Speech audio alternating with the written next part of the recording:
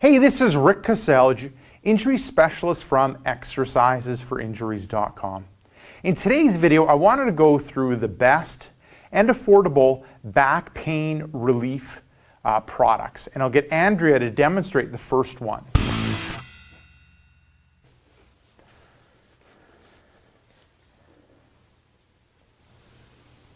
Perfect.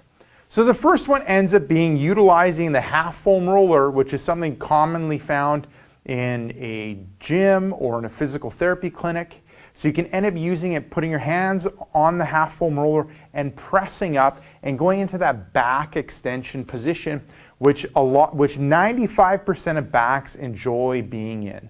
They oftentimes benefit and it feels better going to that back extension position. So you end up going through like 5 repetitions in a smooth, controlled manner when it comes to the half foam roller press up, and your back will end up enjoying it, and your back will end up feeling a lot better. Now, there's about 5% of people that respond negatively to the half foam roller press up. So, try a couple repetitions, see what category you fall into. If it ends up irritating things, then discontinue the exercise. Now, moving on to the second exercise, so we're going to take the half foam roller away, and we're going to bring the full foam roller in. And this is another thing that's found oftentimes in a gym. A lot of people have them at home, and you can also find them in like a physical therapy clinic. Okay. And what you're doing is just arching over that full foam roller. And then you're slowly moving it. You're moving it further down the back. There you go. Move it further down the back and then arching over. Nice, smooth, controlled movement. And then coming back, and then you can move it down a little bit further. And then arching over it. I would say end up going through about 5 repetitions. And what this ends up doing, once again, just like the press-ups, kind of working on that extension movement, which most of us end up losing because we end up sitting so much. And with this one, it ends up working on that extension, arching back movement, and loosening up that spine in order to help when it comes to back pain relief. Now we'll move from here over to the wall in order to go through 2 more exercises that you can end up going through when it comes to 2 other back pain relief products. Okay, now we've moved from the floor and we're going to end up moving towards the door. And with this exercise, I'm going to get Andrew to go through a vertical hanging exercise. So with this one, all you need is like a door frame. You're grabbing onto the door frame.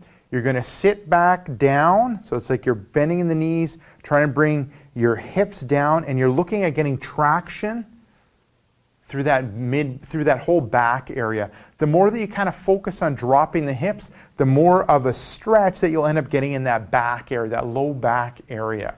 Now you can just end up using a door frame, or what ends up working well is if you have any like body weight straps, that ends up making it easier and allowing you to go more deeper when it comes to that traction movement.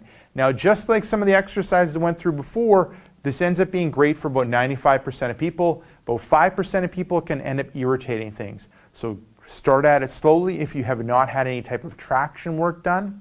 See how it ends up feeling. If it feels good, progress on. Now, with this one as well, there can be a balance between it helping and it flaring things up. So I would just end up starting off with 5 or 10 repetitions, and don't end up going to 50 repetitions because the first 5 ended up feeling well, because you can end up irritating things. So start off with 2 to 3 seconds hanging, 5 repetitions. If it feels good, go to 5 repetitions for 5 seconds, and then you can progress to 10 repetitions for a 10-second hold.